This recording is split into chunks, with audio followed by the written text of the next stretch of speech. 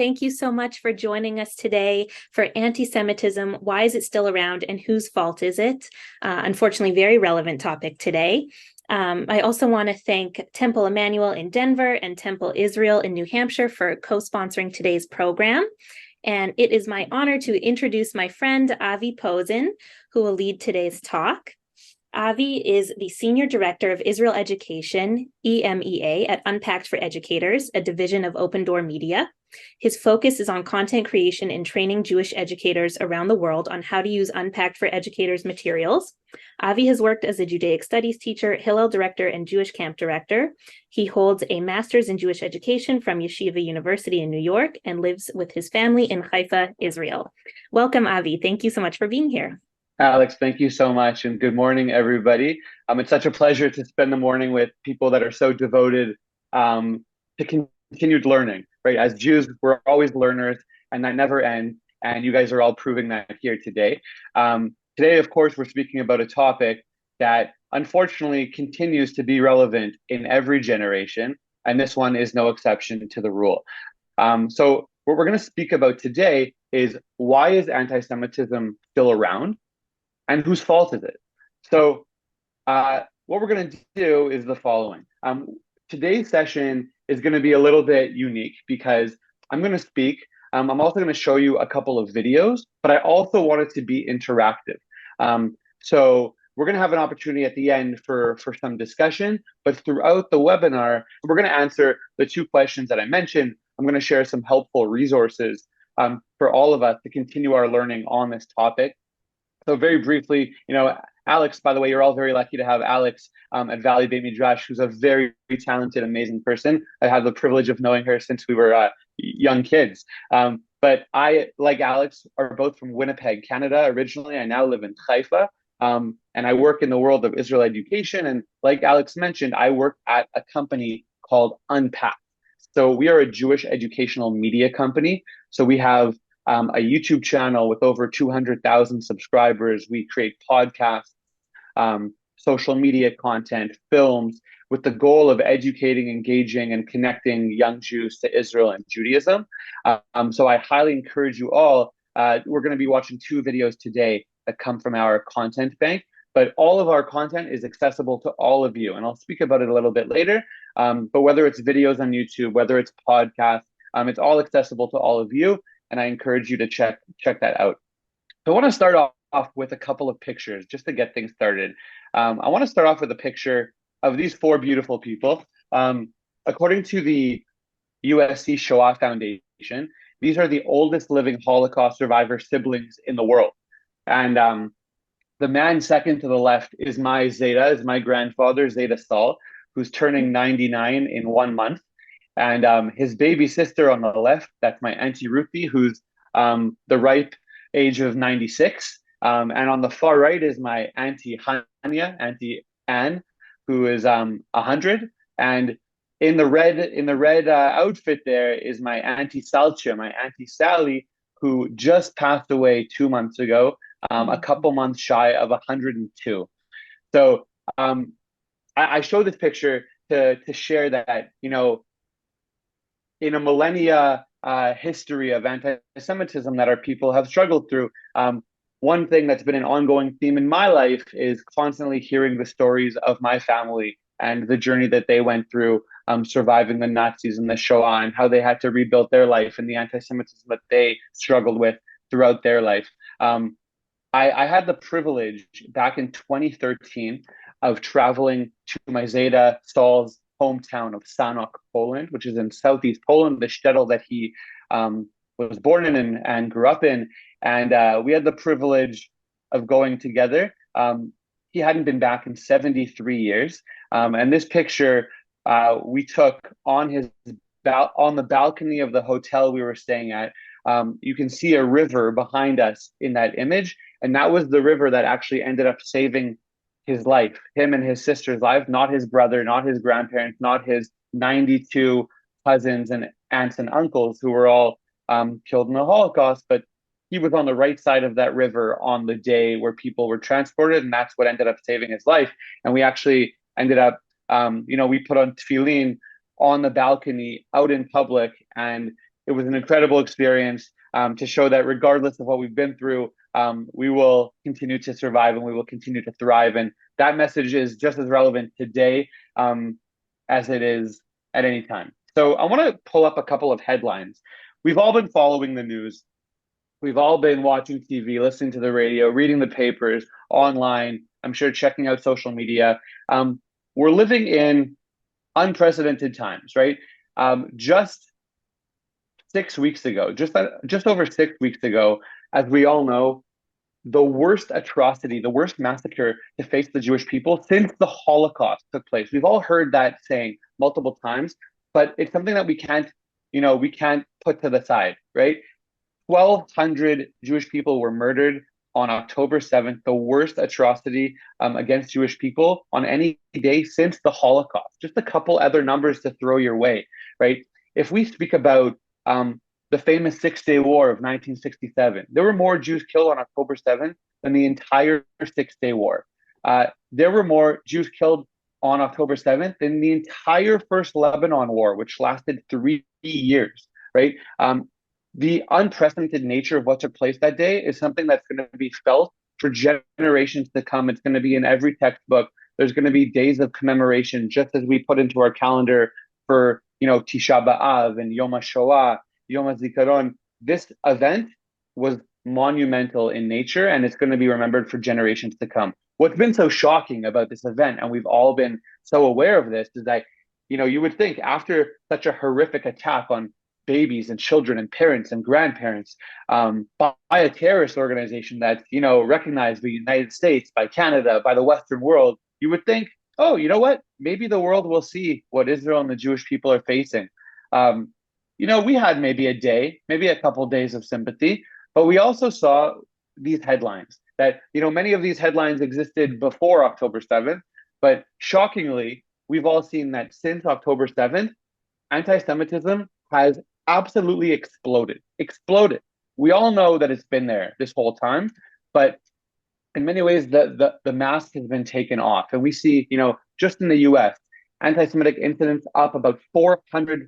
That's a number from the FBI, right? The epidemic of hate, a new wave of anti-Semitism threatens to rock an already unstable world, right? We all know about what's going on university campuses, on college campuses all over America, but all over the world. Just horrific sites, horrific videos and graphics and testimonials that we're all seeing, that we're all hearing every single day. I want to show you one more thing that I'm sure many of you heard of, but to me, I'm still reeling from how crazy this was. Just a couple of days ago, we all know who this image is of, right? Osama bin Laden. A couple of days ago on TikTok, Osama bin Laden went viral. Why? Because a letter that he had written back in 2002 called The Letter to America started going viral. Different TikTokers and social media influencers started sharing videos where they read excerpts from Osama bin Laden's letter, which in many ways, and unfortunately I went and read through it, is very reminiscent to Mein Kampf, which we're all aware of.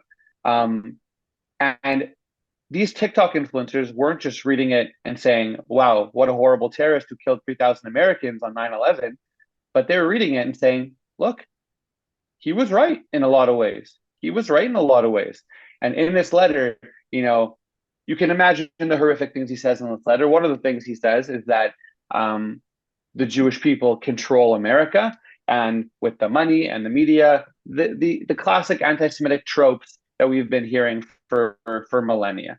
And I just want to dig into this for a second because it's not something that we can ignore. I want to show you a couple of numbers.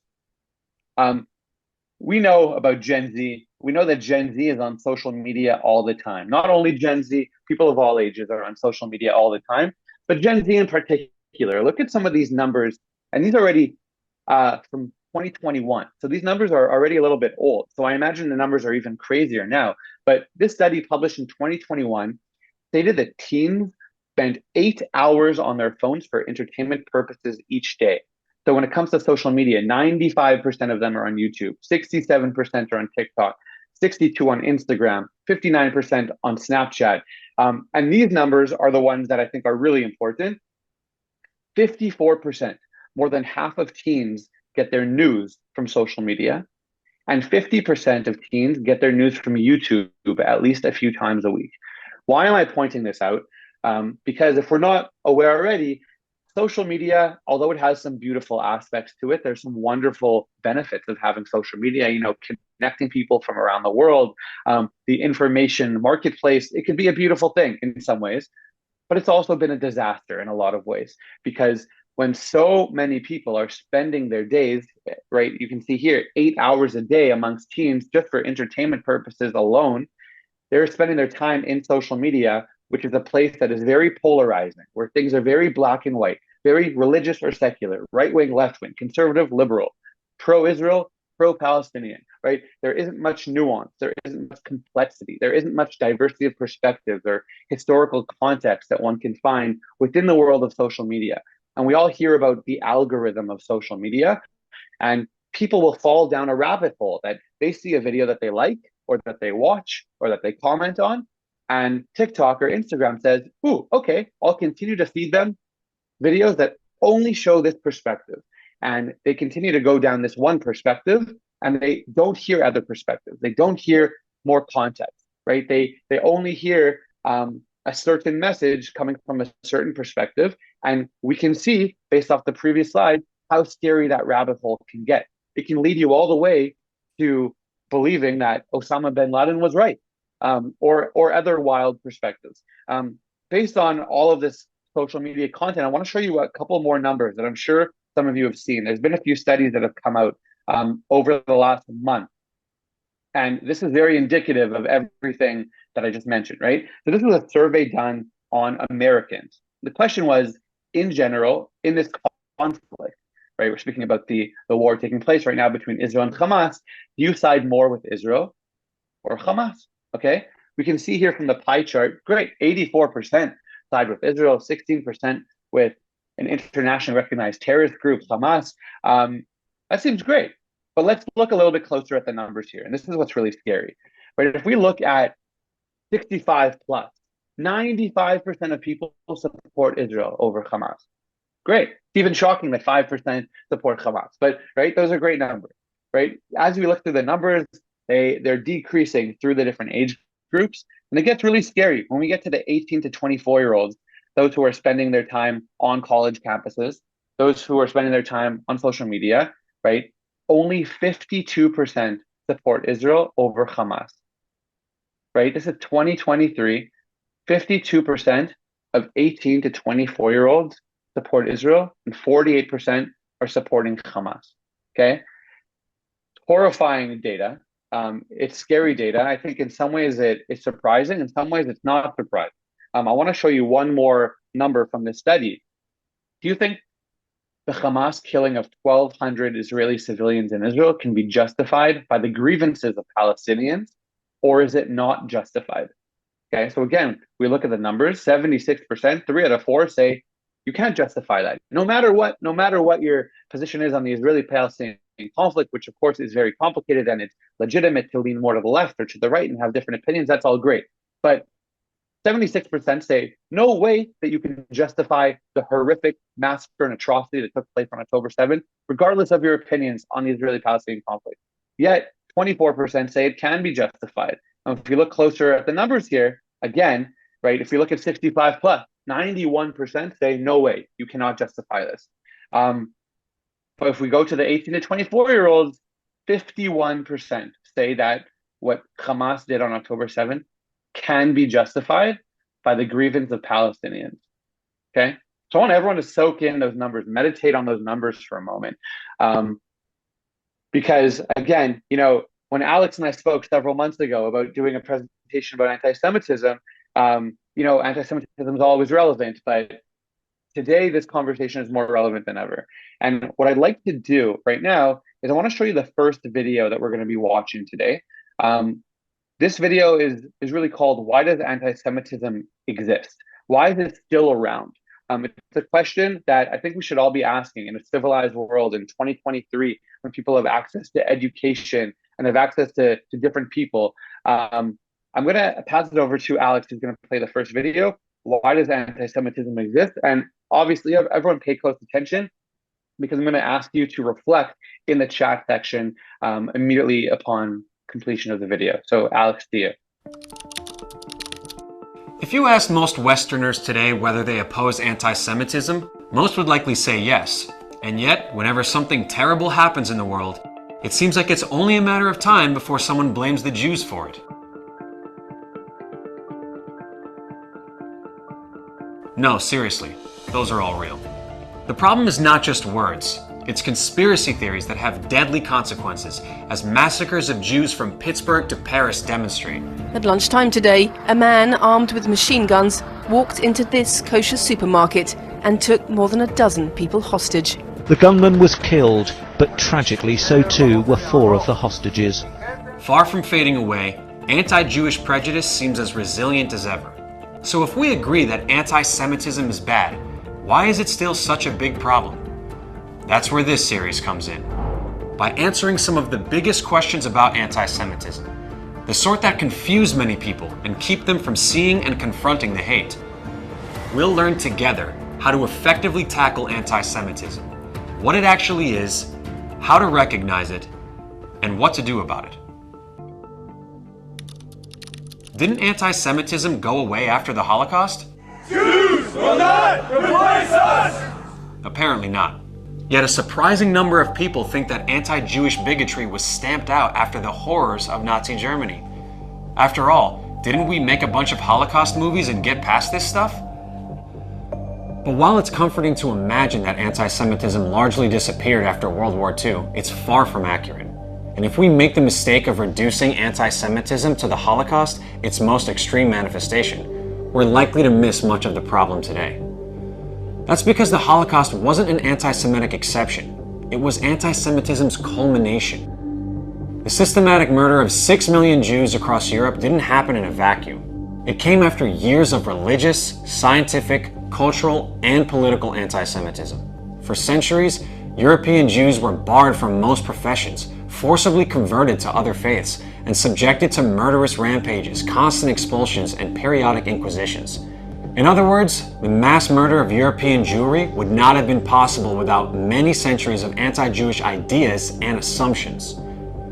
Take the Holocaust away, and you still have this massive anti-Semitic foundation underneath. In fact, we are still living with it.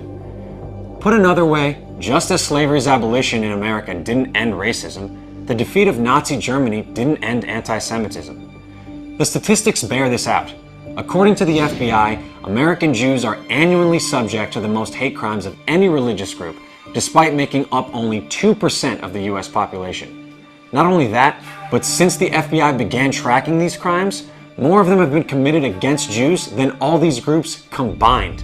Hate crime statistics are an imperfect metric, but they give you a sense of the ugly anti-Jewish undercurrent that has always lurked beneath the surface. Recently, more people have started to notice this unsettling reality, as American Jews have been subjected to a series of anti-Semitic terrorist attacks and massacres. These include the mass shooting at Pittsburgh's Tree of Life Synagogue in October 2018. Contact, shots fired. The April 2019 attack on a synagogue in Poway, California. The shooting at a kosher supermarket in Jersey City, New Jersey in December 2019. 3 people inside that store were killed by flying pieces of metal during the gunfire. There is no question that this is a hate crime, and anti-Semitism should be called out aggressively and firmly, immediately, for what it is. And the mass stabbing of religious Jews at their Hanukkah celebration that same month by a machete-wielding assailant in Muncie, New York. Yet as bad as this is, the picture is considerably darker in Europe. In 2018, CNN surveyed European attitudes towards Jewish people.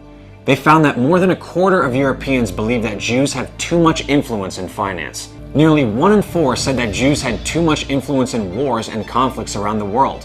1 in 5 Europeans said that Jews had too much influence in the media, and almost the same number claimed that they have too much influence in politics. These conspiracy theories about vast Jewish power are particularly ludicrous when you realize that Jews constitute less than 0.2% of the entire European population. And most Europeans have never even met one. The consequences of this widespread hostility towards Jews, however, are severe. In 2013 and 2018, researchers at the European Union's Agency for Fundamental Rights asked Jews about their experiences of anti-Semitism. What they found was alarming.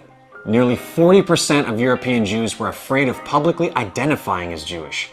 Nearly half were worried about being the victim of anti-Semitic harassment in the next 12 months. And 1/3 feared being the victim of a physical assault. And for good reason. In recent years, Jews have been the victims of brutal anti-Semitic attacks at schools and synagogues across Europe. Put together, it's easy to understand why so many of Europe's Jews still live in fear 75 years after the Holocaust, why nearly 40% of them say they've considered leaving because they don't feel safe, and why millions of them already have. The same is true in many non-Western countries. Jews in Arab and Muslim lands once numbered nearly 1 million, but now number only a few thousand, having been persecuted to the point of expulsion or flight in the last century.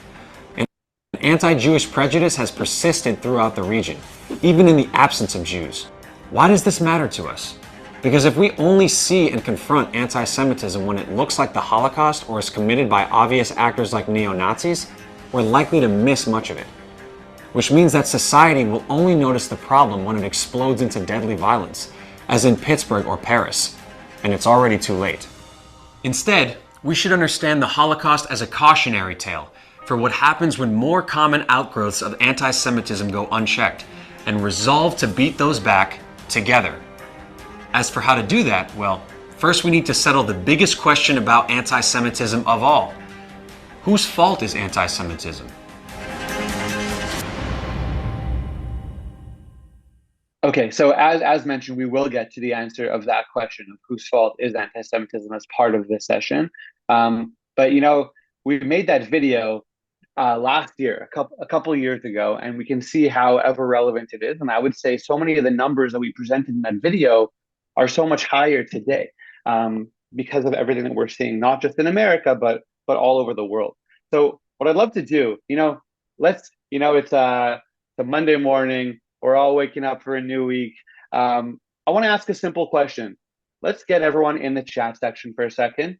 We've already spoken today about a few different pieces in the context of October 7th. We've spoken about the social media, the algorithm. We've spoken about why anti-Semitism still exists and where it's coming from. But I want to stop sharing my screen for a moment and give everybody the opportunity for a second to jump into the chat and answer that question as basic a question as it can be.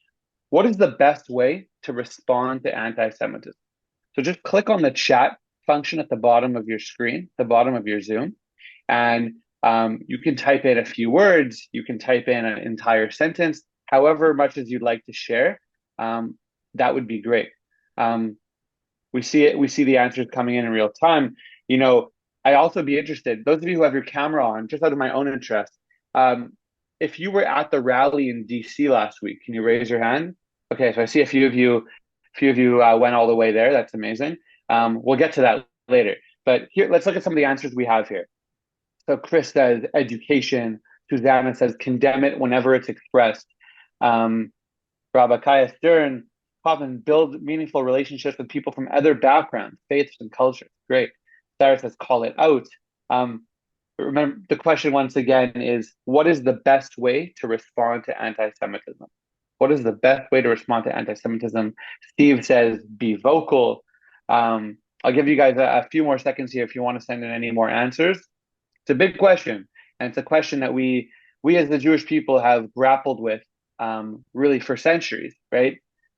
Work with the ADL. It's a great point from Michael and Claudia.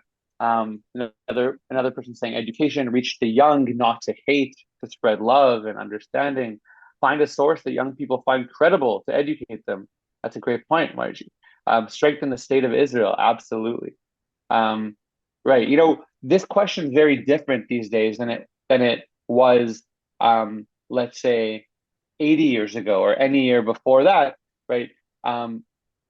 We live in a very different time today. We have a Jewish state. We have a strong, thank God, Jewish state with a strong military and a strong economy. And despite, political battles and debates that have been going on this past year, the country is very strong. And one of the purposes of the Jewish state, one of the purposes of Zionism is to be a safe haven for the Jewish people, one of the purposes, right? In fact, when we speak about the origins of modern political Zionism, there were those like Herzl who believed that Zionism, or the reestablishment of a Jewish state, would be the solution to anti-Semitism, right? He, of course, as we've seen, was wrong on that account. He was right on many other accounts, but he was wrong that the state of Israel would be the solution to anti-Semitism. Or you had other Zionist thinkers like Jabotinsky who believed the opposite. He said that the state of Israel is the best response to anti-Semitism. It's the best way to fight against anti-Semitism.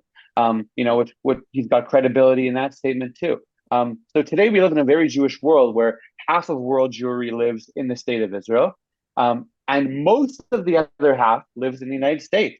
Those who don't live in the States mostly live in Canada, France, generally in countries that overall allow their Jews to live freely and have freedom that Jews have not experienced in really thousands of years of diaspora and exile.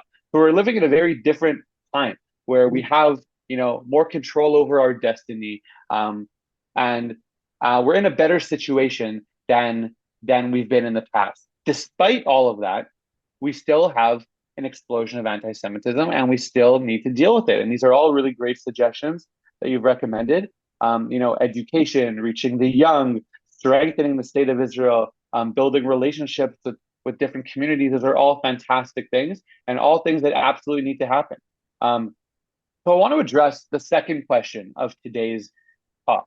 And this is one that I think we see in the news all the time. And that is the question of whose fault is anti-Semitism, right? People on the right blame the left. People on the left blame the right. Many Christians blame Muslims, and Muslims blame Christians. This will all be repeated in the video.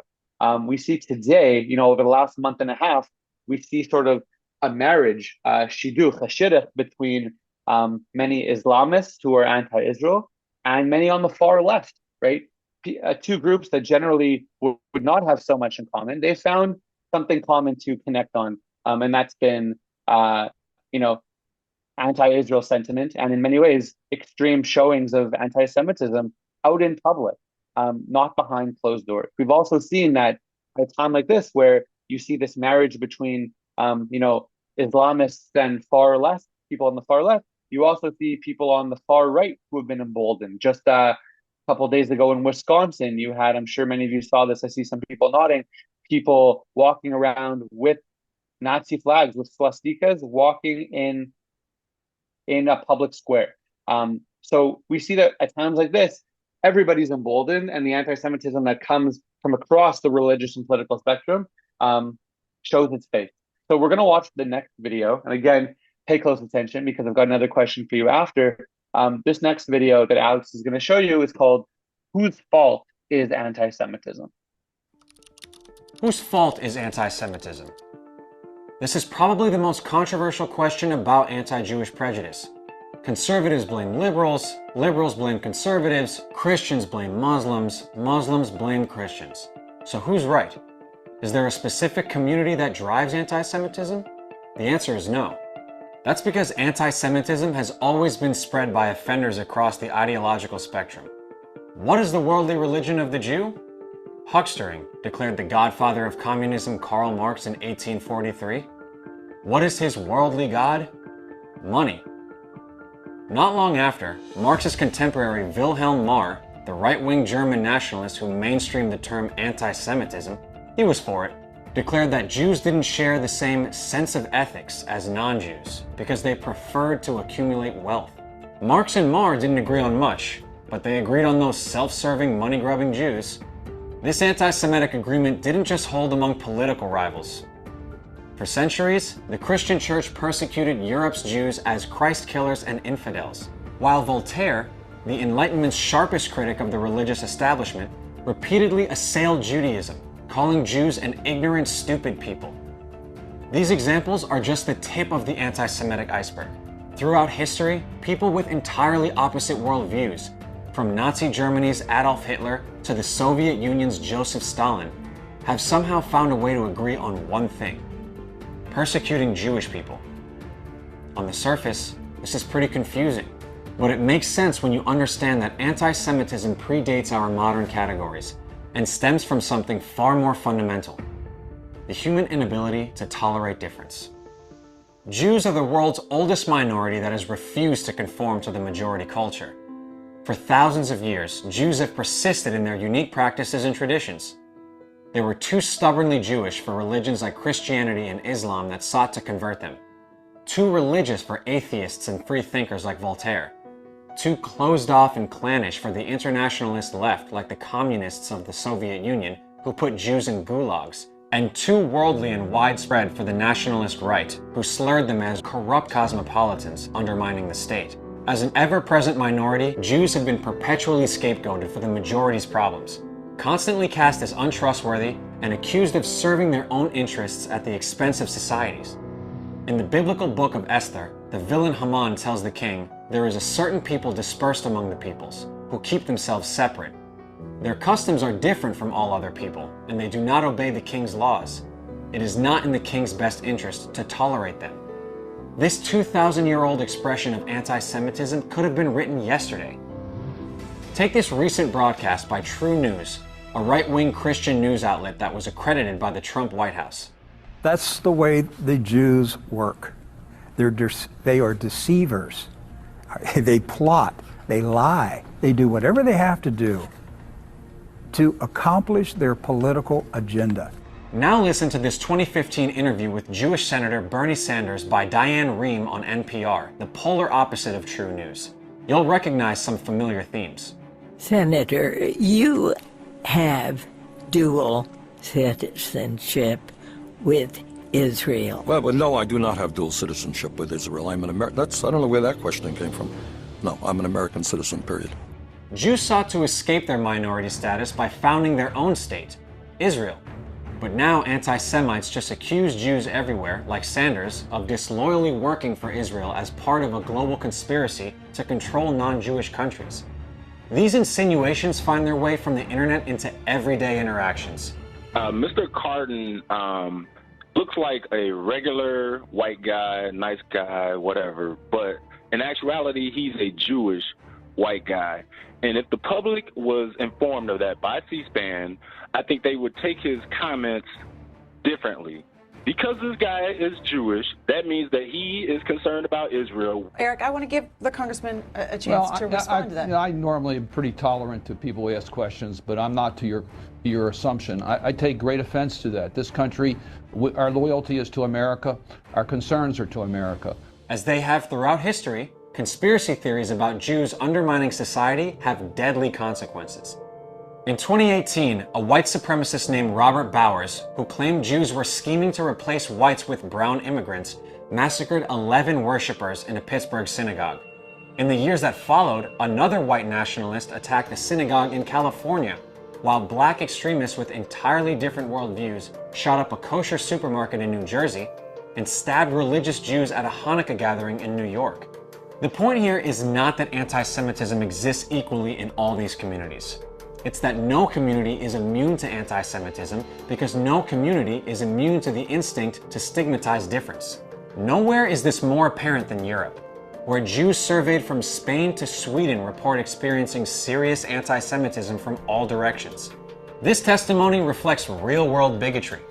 Whether it's Poland's Christian Conservative Party passing laws to repress studying the Holocaust and Polish complicity in it, or Hungary's nationalist leaders leading a state-sponsored campaign demonizing Jewish financier George Soros, blaming him for the country's problems and comparing him to Hitler, or Britain's preeminent left-wing party failing to stop pervasive anti-Semitism in its ranks under leader Jeremy Corbyn, or Jews in France being subjected to countless violent attacks at the hands of Islamic extremists.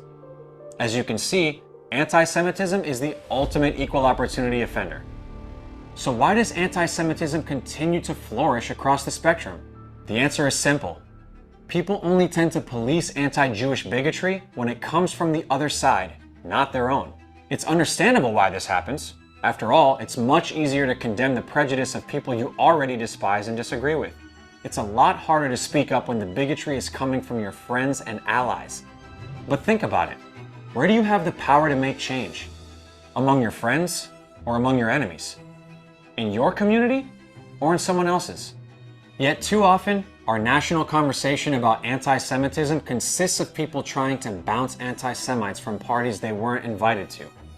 Conservatives policing progressive anti-Semitism, progressives policing conservative anti-Semitism, and so on.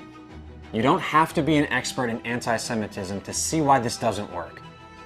So how can we stop this from happening and start fighting the anti-Semites instead of each other? The secret is this. Focus on the anti-Semitic ideas expressed, not the individual expressing them. If we train ourselves to recognize anti-Jewish sentiments, rather than getting distracted by their source, we'll be much more successful at identifying and uprooting the hateful ideas across the board. But if we pick and choose which anti-Semitism to care about based on who says it, and give our own community a pass, the bigotry will continue to spread unchecked. Because the truth is, casting anti-Jewish prejudice as a specifically left-wing problem, or right-wing problem, or Christian problem, or Muslim problem, is really just a way of saying that it's someone else's problem. The only people who win this argument over who's the bigger bigot are the anti-Semites who continue to spread their hate while their supposed opponents point fingers at each other. To truly combat anti-Semitism, we need to stop thinking of it as other people's problem and start confronting it as our problem. So again, lots to unpack there. The big idea, as we just saw, whose fault is anti-Semitism? We see there that no community is immune to it. We see it on the right. We see it on the left. We see it from different religious groups. We see it from different ethnic groups. We see it in the last 6 weeks, in specific areas, but we've also seen it for the last millennia from a variety of different places. So the premise of that video is to really focus on the ideas themselves and not specifically on the individuals themselves. Obviously, individuals that are threatening, be it hate crimes and violence, all of that should be condemned and dealt with accordingly. But also, as a general rule, we need to be aware of what these anti-Semitic ideas and conspiracies and stereotypes are, because we see that in all these different groups, these same ideas, these same conspiracy theories come to light again and again. Right? We talk about the blood libel, the ancient blood libel. We see that even in the last couple of weeks, we have spokespeople from Hamas that are sharing on television in actual interviews this conspiracy theory, saying that the blood libel is not a blood libel, that it exists, and this is something that needs to be dealt with. I want to show you a powerful quote. This is from Yeshayahu Leibowitz. He's a famous Israeli philosopher, and he says, "Anti-Semitism is not a Jewish problem, but a non-Jewish problem." Right? It's a very fascinating quote. It seems very straightforward, but it's also very deep and profound. I want to spend a second just to reflect on this quote. Anti-Semitism is not a Jewish problem, the way that we so often treat it, but a non-Jewish problem. And does that change the way that we deal with anti-Semitism, the way that we address it, if we agree with this premise, right? I think you could easily make the argument on both sides that we as Jews need to do what we can to deal with it, but we as Jews also need to deal with those who are espousing anti-Semitic ideas. So I just want to ask one more question for those of you who can share in the chat. Based on the video that we just watched, do you agree that it's more important to focus on the anti-Semitic ideas expressed rather than the individuals expressing them? What are your thoughts on that? Go into the chat. Let's see some of your comments, and feel free to elaborate, whether it's yes or no. Tell us why. Do you agree that it's more important to focus on the anti-Semitic ideas expressed rather than the individuals expressing them? So let us know in the chat whether you agree or disagree and your thoughts. Let's look at some of the answers that are coming in real time. Right. So Susanna says, in this age of multiculturalism, it seems that the only culture not allowed is the Jewish one. Definitely, that's a prevalent feeling. 100%. Right. We have ideas. That's why I listen very closely, exactly what the person spewing the anti-Semitic rhetoric is saying. Right. It seems that most people agree that it's the expressions of anti-Semitism, it's the ideas of anti-Semitism that we need to be focusing on, because, again, as we've spoken about today, anti-Semitism is an infectious disease, right?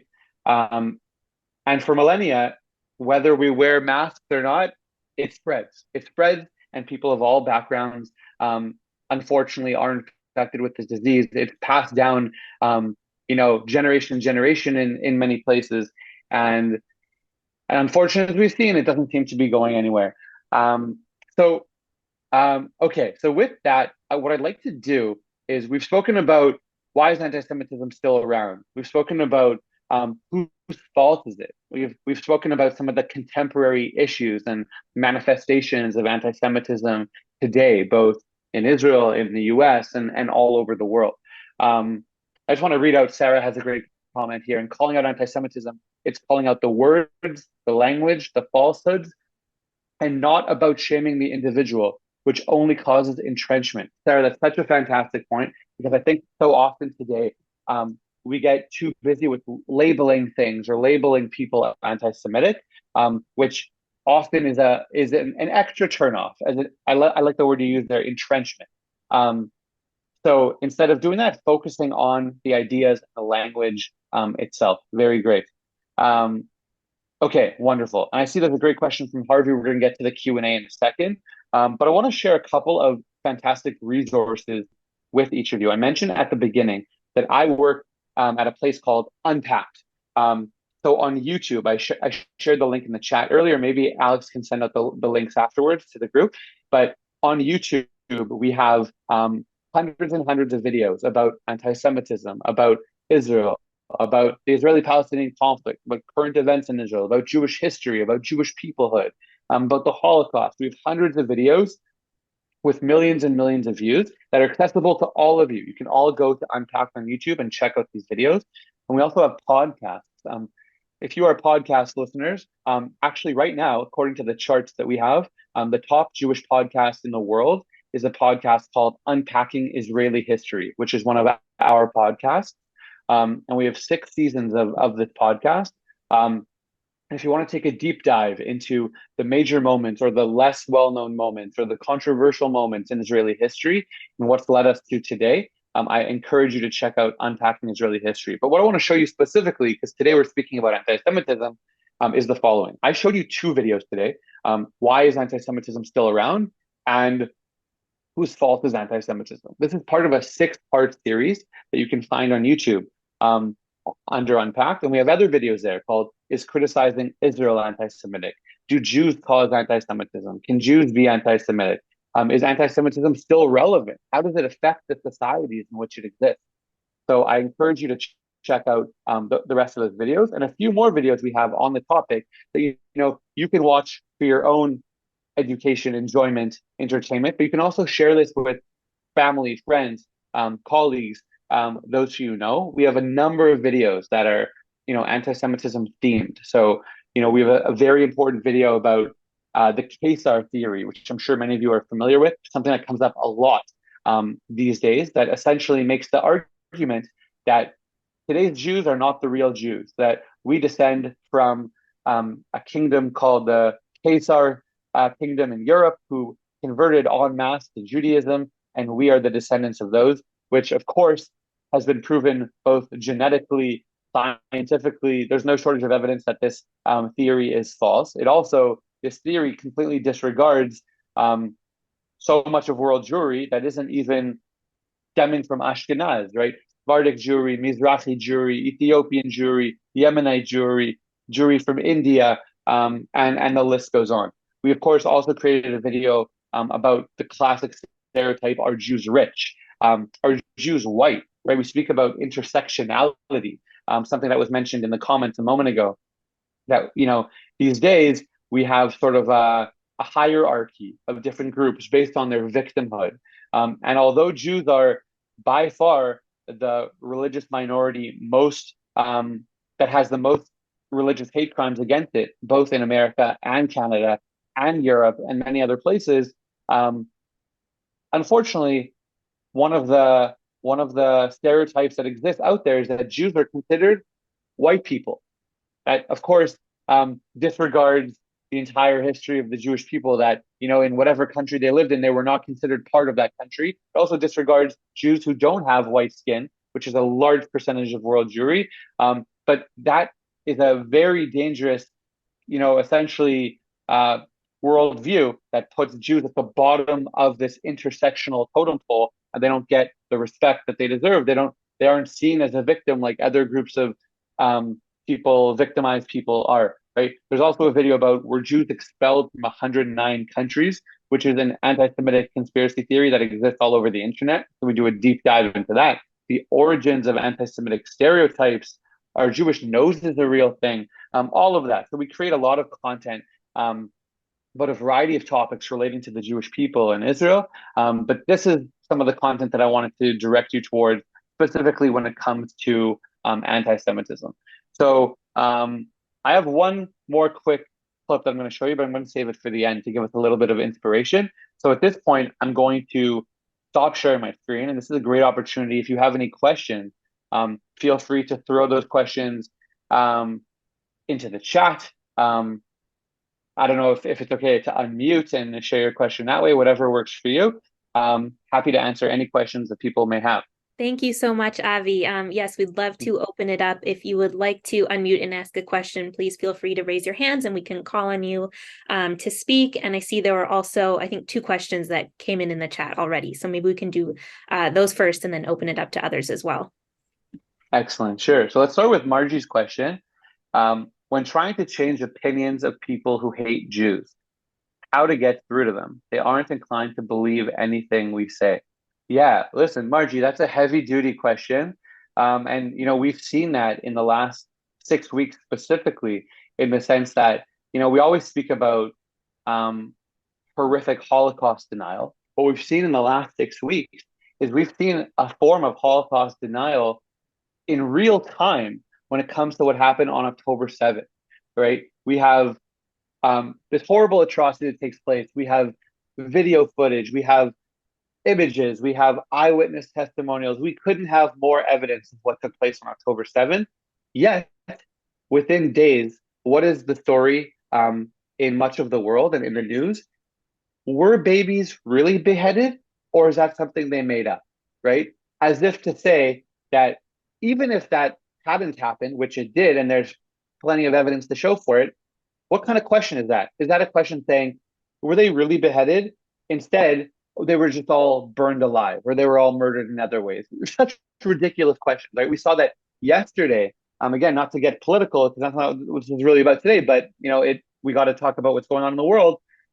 Just yesterday, the Palestinian Authority sent out a document to their embassies all over the world, telling them to share with their counterparts that what happened on October 7th, specifically at the Nova party, the big dance party, the dance festival that was taking place just outside Gaza in Kibbutz Re'im.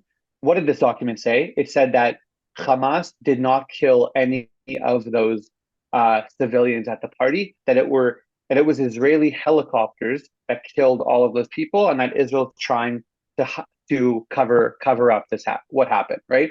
So we see that. I say all of that because, Margie, I just want to emphasize what you're saying. The concept of that some people don't want to believe what we have to say. I think I want to go back to some of the suggestions that you guys offered at the beginning. Number one, we have to remember that despite the numbers and the explosion of anti-Semitism that we see, we have to remember that ultimately, especially today, it isn't the case that every single person hates us and everybody's out to get us, right? We live within the Jewish community and we see these headlines, we see this news, we feel it. It affects us, it impacts us, and it makes us feel like we're so alone. It's important to know that we're not alone. There are large communities, non-Jewish communities, that support the Jewish people. This was evident at the incredible rally in DC last week that had 300,000 people there, many of whom were not Jewish, who came from a variety of different backgrounds, both religious and political, who supported the Jewish people. The majority of people are not spending their time thinking about their hatred for Jews or not hating Jews at all. We're thinking about it because it affects us, but that's not the case everywhere. So I think ultimately, even though there's times where Ellen, right, we feel that pain, we feel, especially the last 6 weeks, so many of us feel hopeless. We need to remember that that isn't the case. What we need to do is we need to continue to educate those around us, whether it's family, friends, colleagues, whether it's sharing articles and sharing videos, posting on social media, supporting organizations who fight against anti-Semitism and educate others, right? I'll give you another example that'll give you some hope. Just this past week, I was in Ottawa, Canada, speaking at two non-Jewish schools, both private schools, who, they've had lots of anti-Semitism within their classrooms, within their student body. And they brought me in to speak about anti-Semitism and the conflict and all of that. And it's important to know that, thank God we're in a place where leadership in general wants to fight anti-Semitism, wants to deal with this issue. They understand that in countries and societies in which anti-Semitism shows its face, as we've all seen, that is indicative of the downfall in many ways of the societal fabric in that country. So many people know that. It's not only within our community, and there are many people fighting against this. And it's all on us as well to continue this fight. And this is a fight for us as individuals, for our families, for our communities.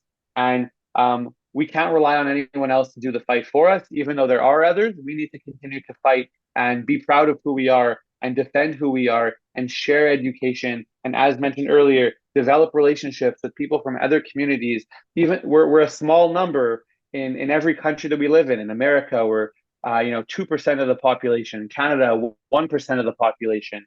So many people have never met Jews. They've never been exposed to Jews. It's hard to humanize a group of people that you've never even met. So it's important for us to make our voices heard and to connect with different communities and let them know that we're human beings too, and we're people just like them. And we come from an ancient and incredible lineage and history and tradition, and we have a lot to be proud of, and we have a lot to be optimistic about. And we need to continue to fight the fight. But thank you. Long answer to a great short question. But let's look at another one here. Going back, I think there was a question from Harvey as well that I want to make sure we get to. How have CRT, BDS, and intersectionality contributed to anti-Semitism? Yeah, Harvey, that's a fantastic question. CRT, for those of you who don't know, is critical race theory. BDS, boycott, divestment, sanctions, and intersectionality. I spoke a little bit about this a few minutes ago in the concept that intersectionality is this concept that all victimized people have something in common and they should fight together against oppression, right? On the surface, that sounds like a great idea. That makes sense. Yes, people that have been victimized should support each other and fight for human rights and, fight for support. That all makes total sense. The issue is, without getting too much into it, because we could spend an hour on this topic, is that, as I mentioned before, there's been a hierarchy of victims that has essentially been built in this philosophy of intersectionality. And due to the fact that in the Western world, Jews are seen as white people, and white people are at the bottom of this totem pole of this hierarchy, despite the fact that Jews are the most attacked group, the most religious hate crimes in the entire country, they are put at the bottom. We are put at the bottom of this totem pole because we are seen as white people. All of these concepts contribute to anti-Semitism. Again, I could spend hours on that topic, but immensely. We've seen that anti-Semitism has shown its ugly face through all three of those concepts that you've showcased. I think it doesn't mean that everybody that supports critical race theory or BDS or intersectionality is someone that hates Jews. That is not necessarily the case, but we've seen that anti-Semitism has definitely showcased itself and manifested itself through all of those different avenues. And it's something that we all need to be aware of, and we need to make sure that we, the Jewish people, it's not the victim Olympics, but we need to make sure that as the group that has the most religious hate crimes committed against it in the entire country, that we need to fight for ourselves and we need to defend ourselves, and we can't allow these ancient and some of them even newer anti-Semitic theories and stereotypes to affect the way that we're treated and the way that we're protected under law. And it's a fight we need to continue to fight. So it's a great question. But yeah, that's what I would say to that. I think we have time for maybe one more question, right? But I would say I got one question as a direct question in the private messaging, and it's about college students who are feeling threatened and alone right now. And I think we'll end with responding to that. As we've seen on college campuses in the States and all over the world, it's a horrifying sight. I just actually spent the last 2 months in Cleveland. My wife is a medical student and she was doing rotations in Cleveland. And, we were living close to Case Western University. And, we'd go for a Shabbat walking down the street. And the signs and posters that we would see were things that I never thought I would see in a public sphere before. Things calling for, signs calling for intifada, which we all know what that represents. Just horrific things. We know what college kids are going through right now, and it is horrifying, and it is, isolating. And, we've seen the reports, we've seen the numbers, we've seen the videos coming out really from all over the world of the struggle that Jewish university students are going through right now. We actually just wrote an article last week on our Unpacked website, which talked about the fact that many are struggling with, should I fight against anti-Semitism in my specific institution, or should I go to another college that guarantees my safety and security? There's been other private colleges over the last month and a half that have said they would remove red tape and allow Jewish students to transfer to their colleges because they wouldn't allow hatred and anti-Semitism on their campuses. So, there's so much conversation out there. There's so much debate there about, lawsuits that will be filed against different campuses that are not protecting their Jewish students, that are allowing rallies to take place, that within these rallies, again, not everybody, but within them, there are those calling for genocide against Jewish people. There's violence against Jewish people. There's lots of organizations that are fighting the good fight when it comes to that. But it's something we all need to be aware of. And like I said, we need to continue to fight and make sure that our students, much like all the other students, we talk about safe spaces all the time. We want to make sure that our students, Jewish students, feel safe as well, to be who they are, to have whatever political views they have. The whole idea of a university is to have this marketplace of ideas and different philosophies, and to be challenged ideologically and philosophically, and that's all extremely important.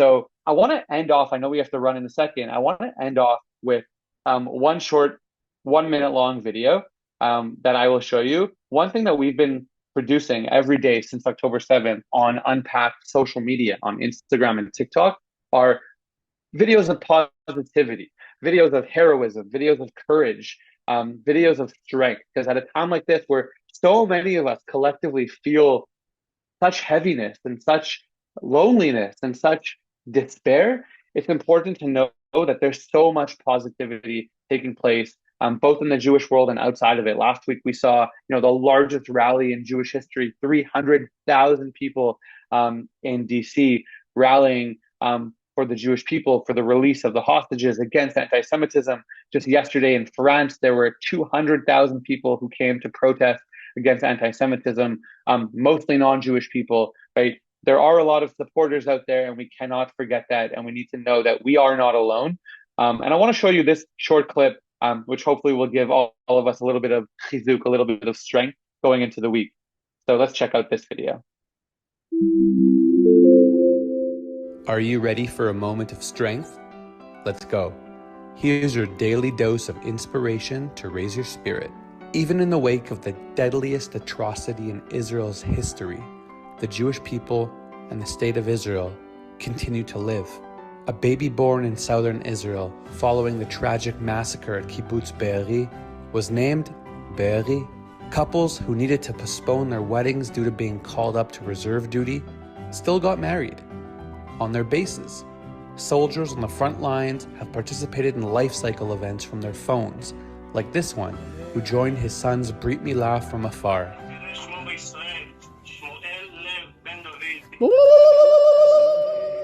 Soldiers have sang songs welcoming Shabbat to their wives. Israelis have gathered on their balconies to sing songs of unity and support, drowning out the sorrow for moments of solidarity and resolve. The Jewish people continue to live. Am Yisrael Chai. I think that's the important message that we'd love to end off with today, that despite these challenges, and rise in anti-Semitism that we need to, of course, continue to fight with all of it, with all of our power. We also need to remember that, this is a time that since October 7th, we've seen unity amongst the Jewish people and within Israel like we've never seen before. Religious, secular, right-wing, left-wing, more affiliated, less affiliated. It's been incredible to see how strong Am Yisrael, the Jewish people, have been in this time of challenge. And we need to make sure that we take inspiration from that and continue to bring that, not just at difficult times, but all the time. And to remember that Am Yisrael Chai, really, that we are alive and we are strong and we'll continue to fight the good fight. I just want to share here, those of you who are on social media, feel free to check us out on Unpacked, at Jewish Unpacked on Instagram and TikTok. And if you'd like to continue the conversation, if you'd like to reach out to me directly, that's my email address. Alex can share out all of these details afterwards. But I want to thank all of you so much for joining this morning. It's a pleasure to be with you and to continue to inspire each other and those around us and continue learning. Thanks so much. Thank you so much, Avi. It was a pleasure to host you. I can definitely send out those resources. And thank you, everyone. Have a good day.